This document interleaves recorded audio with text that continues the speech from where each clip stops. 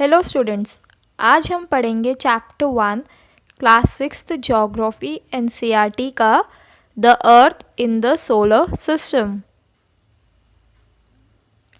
So let's get started. हमारा पहला topic है Galaxy.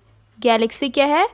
It is a huge system of billions of star and clouds of dust. ये एक system है जिसमें बिलियंस ऑफ स्टार हैं, क्लाउड्स हैं, किसके? डस्ट एंड गैसेस पार्टिकल के। हम किस गैलेक्सी में रहते हैं? वो है milky way galaxy. Now universe, there are millions of such galaxy which make a universe.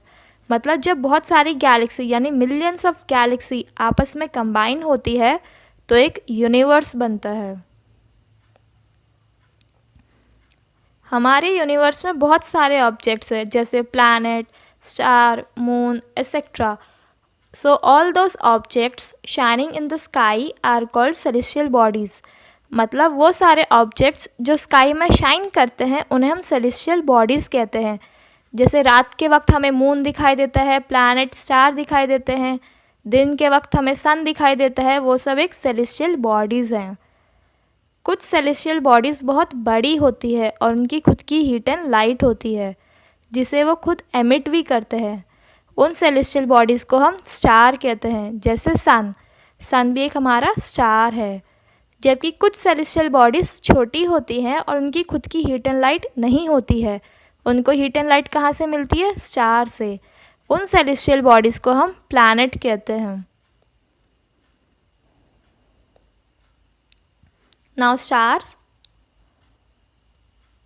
This celestial bodies have their own heat and light. इन सेलेस्टियल बॉडी की खुद की हीट एंड लाइट होती है। They are very huge in size. ये size में बहुत बड़े होते हैं लेकिन ये हमें छोटे दिखाई देते हैं। क्यों? क्योंकि हमसे बहुत ज़्यादा दूर हैं। जैसे कोई चीज़ हमसे बहुत दूर होगी तो हमें छोटी दिखाई देती है लेकिन रियल में वो बड़ी होती है। जैसे सन हमें छोटा दिखाई देता है लेकिन वो हमसे बहुत बड़ा होता है रियल में। जब हम रात में देखते हैं तो हमें स्टार के बीच में कुछ पैटर्न फॉर्म हुए दिखाई देते हैं।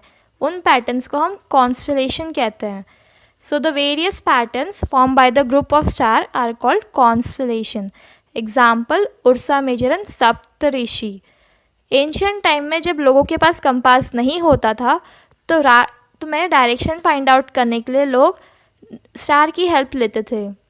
जो नॉर्थ डायरेक्शन में आता है पोल स्टार, वो हमेशा फिक्स पोजीशन में आता है और फिक्स डायरेक्शन में आता है और वो आसपास के स्टार से थोड़ा ब्राइट होता है। तो जहाँ पे भी वो स्टार होगा मतलब वो हमारा नॉर्थ डायरेक्शन होगा। The solar system, the sun, 8 planets, satellites, asteroid and meteoroids form the solar system. So मतलब सोलर सिस्टम एक फैमिली है जिसमें सन है, 8 planet हैं, सैटेलाइट हैं, एस्ट्रॉइड्स एंड मेटेरॉइड्स हैं। जैसे कि इसमें सन है, प्लैनेट्स हैं, एस्ट्रॉइड्स एंड मेटेरॉइड्स हैं। Now the sun is in the centre of our solar system. Sun हमारे सोलर सिस्टम के सेंटर में है। सन एक्सट्रीमली हॉट गैसेस से मिलकर बना है। मेनली इसमें हीलियम होता है। सन से हमें ultimate source of heat and energy मिलती है, इसीलिए आजकल लोग सोलर एनर्जी का ज़्यादा प्रेफर करते हैं। इसमें एक पुलिंग फोर्स होता है जो सोलर सिस्टम को बाइंड करके रखता है। जो प्लैनेट्स होते हैं वो सन के अराउंड इसीलिए मूव कर पाते हैं क्योंकि सन में एक पुलिंग फोर्स होता है जो उनको मूव करने में हेल्प करता है। सन हमसे 150 मिलियन किलोमीटर दूर है इसीलिए वो हमें थोड़ा दिखाई देता है। Now planets, this celestial body do not have their own heat and light. इन सेलेस्टियल बॉडी की खुद की हीट एंड लाइट नहीं होती है। जैसे अर्थ एक हमारा प्लैनेट है, इसकी खुद की हीट एंड लाइट नहीं है लेकिन इसको हीट एंड लाइट कहाँ से मिलती है? सन से, क्योंकि सन एक स्टार है। हमारे सोलर सिस्टम में 8 प्लैनेट्स हैं और उनके ऑर्डर है mercury, Venus, earth, Mars, Jupiter, Saturn, Uranus and Neptune. ये सब प्लैनेट सन के अराउंड एक फिक्स पाथ में मूव करते हैं जिसे हम ऑर्बिट कहते हैं। Now the earth, it is the third nearest planet to the sun. ये सन से तीसरे नियरेस्ट प्लैनेट में है और हम जिस प्लैनेट में रहते हैं वो भी अर्थ है। अर्थ ही एक ऐसा प्लैनेट है जहाँ लाइफ पॉसिबल है क्योंकि जो लाइफ पॉसिबल होने की फेवरेबल कंडीशंस है, जैसे लैंड, एयर, वाटर, वो सब अर्थ में फाउंड होती है। अर्थ का जो शेप है वो है जियोइड। अर्थ को जब स्पेस से देखते हैं तो ज़्यादातर नीला कलर का दिखाई देता है, इसीलिए अर्थ को ब्लू प्लैनेट कहा जाता है, क्योंकि अर्थ का जो ज़्यादा सरफेस है 2/3 वो वाटर से कवर है। सो हमारा अर्थ स्पेस से ऐसा दिखाई देता है। Now the moon, it is the only natural satellite of earth. Moon earth की एकमात्र नेचुरल सैटेलाइट है। आर्टिफिशियल तो बहुत सारी है, लेकिन जो नेचुरल है वो सिर्फ एक ही है।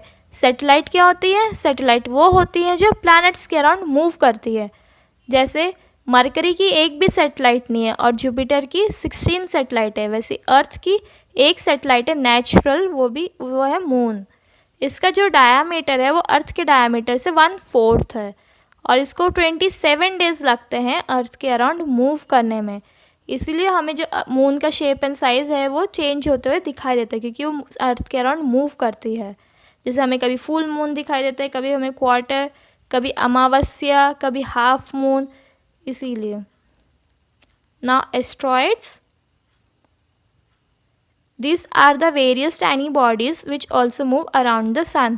ये ऐसी छोटी टाइनी बॉडीज़ हैं जो कि सन के अराउंड मूव करती हैं, और ये कहाँ फाउंड होती है? मार्स और जुपिटर के बीच में। Now meteoroids, These are the small pieces of rocks which also move around the sun. ये स्मॉल पीसेस हैं रॉक्स के जो सन के अराउंड मूव करते हैं, उन्हें हम मेटेरॉइड्स कहते हैं। जैसे कभी मेटियोर शावर भी होता है, जब वो अर्थ के करीब आते हैं तो उनमें आग जलती हुई दिखाई देती है, तो मेटियोर शावर कहते हैं। माना जाता है कि पहले ज़माने में कोई प्लैनेट था जो एक्सप्लोड हो गया और उसी के पीसेस अब ये सन के अराउंड मूव करते हैं। तो हमारे इस चैप्टर में इतना ही है। अगर आपको मेरी वीडियो यूज़फुल लगी तो please do like and share and subscribe my channel, ताकि मैं ऐसे एजुकेशनल वीडियोस और अपलोड करती रहूं। Thank you.